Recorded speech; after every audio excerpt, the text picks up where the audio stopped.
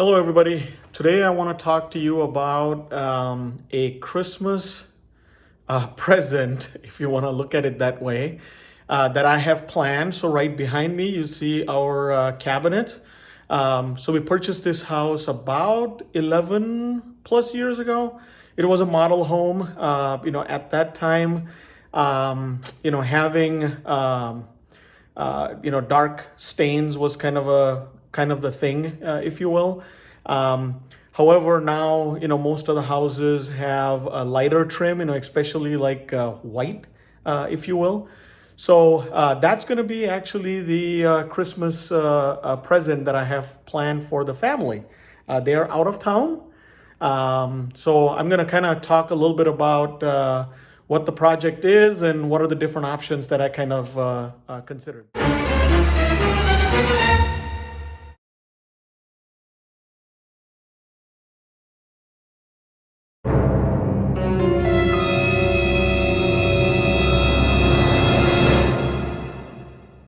So here's a good look at the cabinets. Dark mahogany type stain.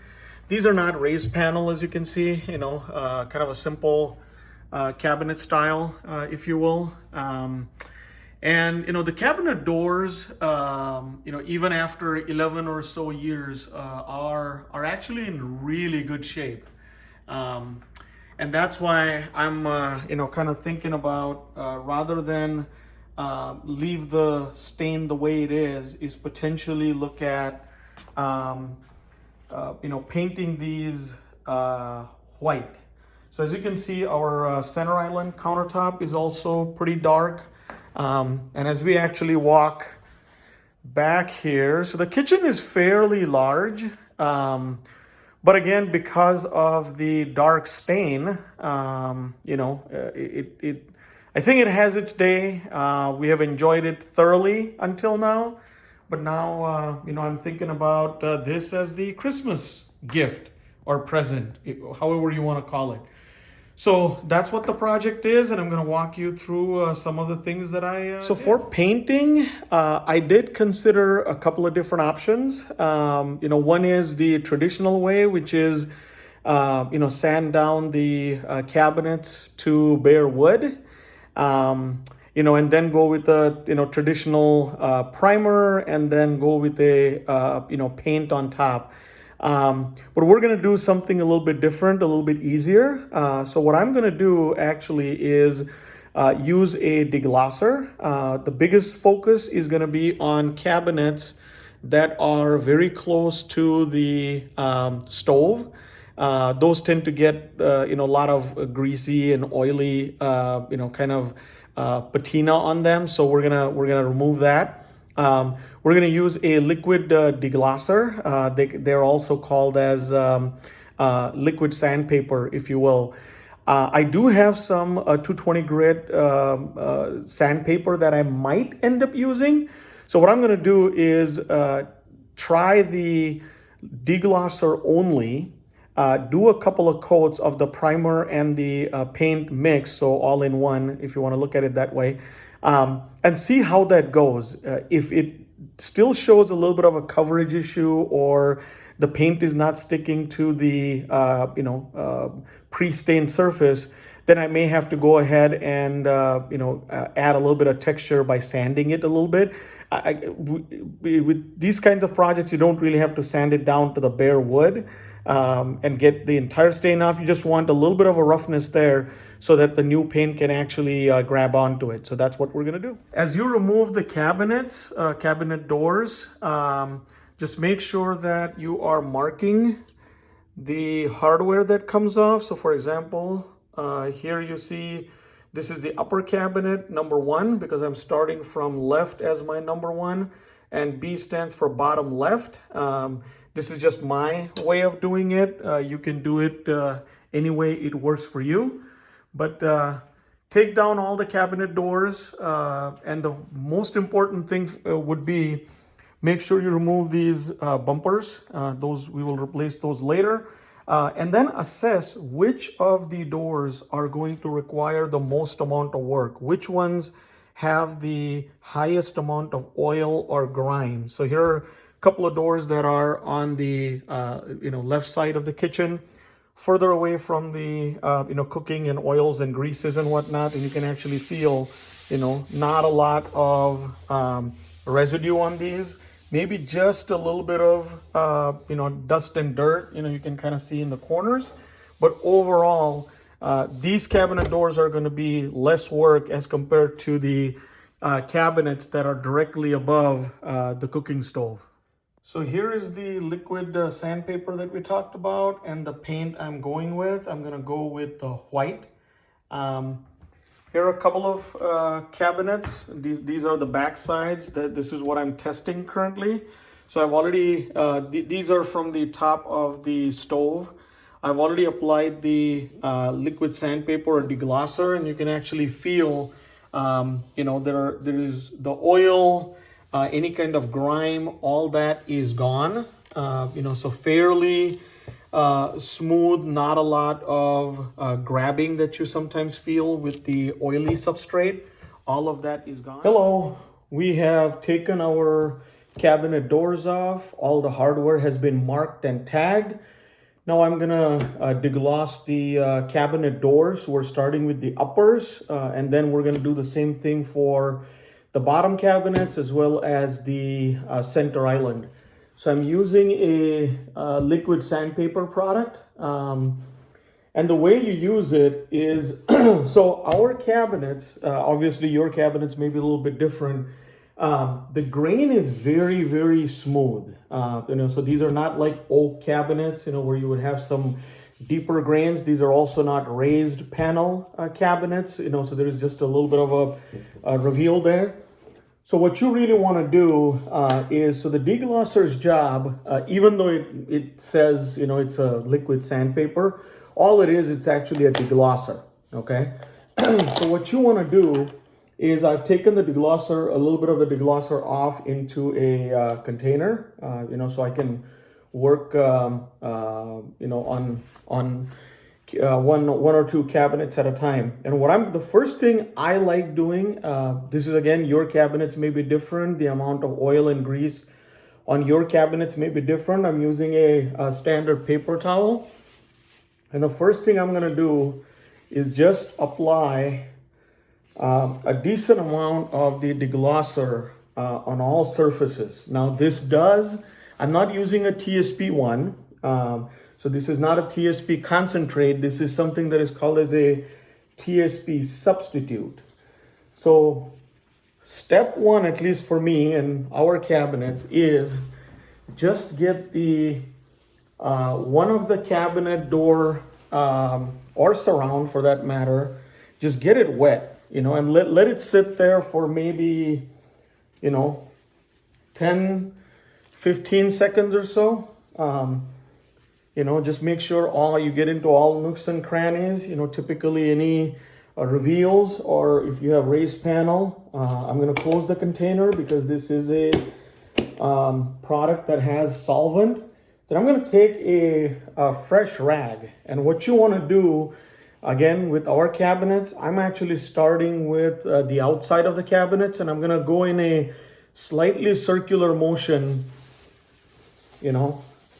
And what this is going to do, and then also my last stroke is always going to be along the grain. So what we are trying to do is remove any grease, grime that might be on the surface. I don't know whether the camera is going to pick it up really well or not, but right there you can actually see the white paper towel and a slightly yellowish hint or hue on it. The middle of the panel or the larger area, go in a circular motion again.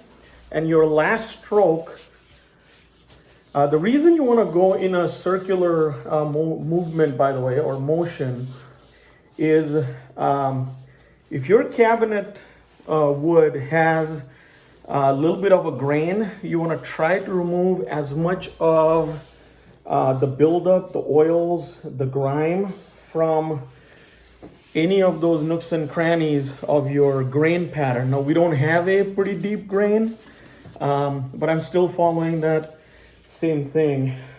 You will get a super tiny amount of maybe the top coat, of your cabinets coming off. But again, we're not trying to take the entire stain off in our case, for example. So as you can see, before when you rubbed your hand on it, you could actually feel hand being kind of grabbed by different, slight amount of that oil residue, if you will. And now the one side of the cabinet is done. I'm going to hit the sides next, and then the front side of the cabinets, and we'll keep going. Okay, so here we have a cabinet door. That I'm just going to show how I've been able to paint these. Obviously, you saw earlier kind of a close-up of one of the cabinet doors, and it actually turned out pretty well. Not a lot of brush strokes or roller lines. So earlier I was talking about I really found the best solution for at least my type of cabinets. Obviously your cabinets are going to be different. So this is a microfiber 3.5-inch detail roller, and that actually the diameter of it is perfect for getting as close into the 90-degree relief that we have here, and make sure that all the nice grain structure that comes from the roller actually shows up on the cabinet door. But at the same time, the same roller actually fits perfectly into that crown molding, and the curves that you see there, or the profile there. I was able to actually get the roller loaded up and go all the way from the top, slowly to the bottom. And as you can see, it looks as you can see, we have not or have elected not to sand the cabinets. I actually cleaned the cabinets with TSP substitute. Rather than use the actual TSP, then you have to kind of rinse the cabinets and whatnot. I actually went with a TSP substitute, cleaned them first, and then hit them with the deglosser. I'll put the links in the video description at the bottom. And then what you want to do is cut in all of the corners first, right? Make sure you have a really good brush. So I have a Worcester Pro, and for the paint I'm using, so it's an enamel paint, they do recommend a nylon brush. So what I'm going to do, and don't worry about whether it is a perfect line or not at this point. This is just our cut-in stroke, and all we're trying to do here is get a wet edge started right now. Because we have such a dark stain, I'm just going to go back in and fill in some of the areas where the paint may not have clinged to the sides, if you will. So I'm just going to show one corner, and then we'll kind of go from there. So we're just going to hit, this is just the start of it. I'm going to make sure that I have nice coverage, and then the corners, because the roller is not going to be able to get there, I'm just going to make a really tiny amount of going in the direction of the grain. I'm just going to hit a small amount of starter line there, so that when I come back with the roller, I have a nice cut in there for the roller to pick up from. Okay, this, and again, keep one thing in mind. This is a pretty dark stain that we are going to white from. So it is going to require a lot of coats. As I said, I did have to do about 3 of them. And once I got the 3, it did, kind of give me the best finish as well as texture, right? So you want to hide the old paint or stain. In my case, it's pretty dark stain, but in your case, it might be something different, right? So just make sure you take your time. You want to avoid any kind of clumping of paint. Now see, like I have a little bit of an extra paint there, but we'll take care of it here because we're going to leave that wet edge there. So what I'm going to do is just take a small piece of paper towel and just wipe that off. That small amount there, that's not gonna affect anything, as you go and do your next or fill in the rest of the area.